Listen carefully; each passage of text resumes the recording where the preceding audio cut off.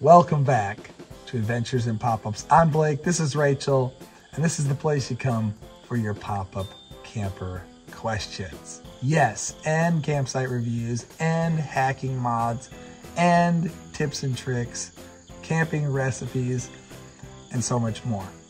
Okay, everyone out there in YouTube world wants to know, can you use a pop-up camper in the winter, honey?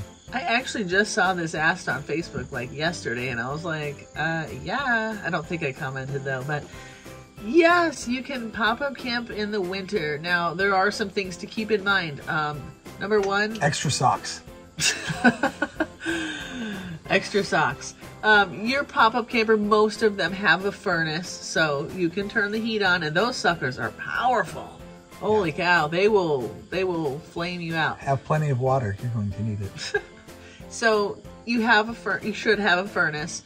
A lot of newer ones have mattress pads, heated mattress pads. If you don't, or we've got one now.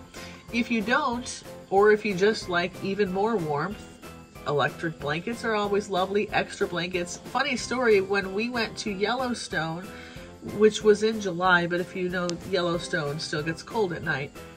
We set everything up for solar with a friend, but we did not realize that our furnace was not hooked up to the battery setup.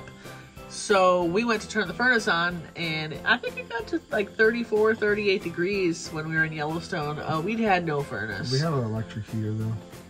We didn't have electricity.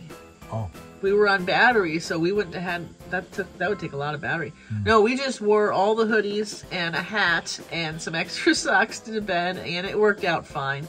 All that to say, make sure you do have a furnace or that you're prepared. That is a good trick, though. When we're at electric sites, we've brought along a space heater, because if you think about it, your furnace will cost you propane.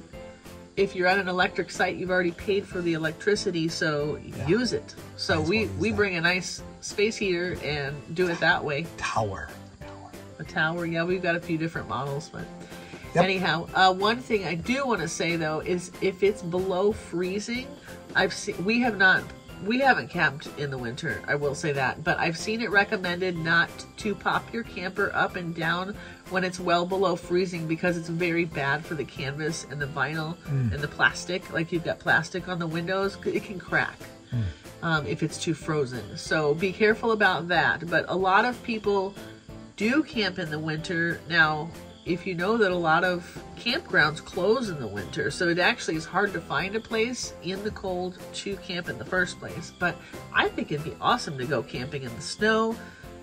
I love snow. I would love to be out in it as long as we had a heater. She loves it. I do. If you've been camping in the winter, please let us know. How did it go? Did you love it? Did you hate it? Did you say never again? Let us know what you guys think. We'd love to hear from you. Thank you for watching. And if you haven't already, hit the like. Smash it. Subscribe. Ring the bell.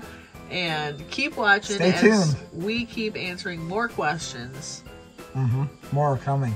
More coming. A lot more. Happy camping.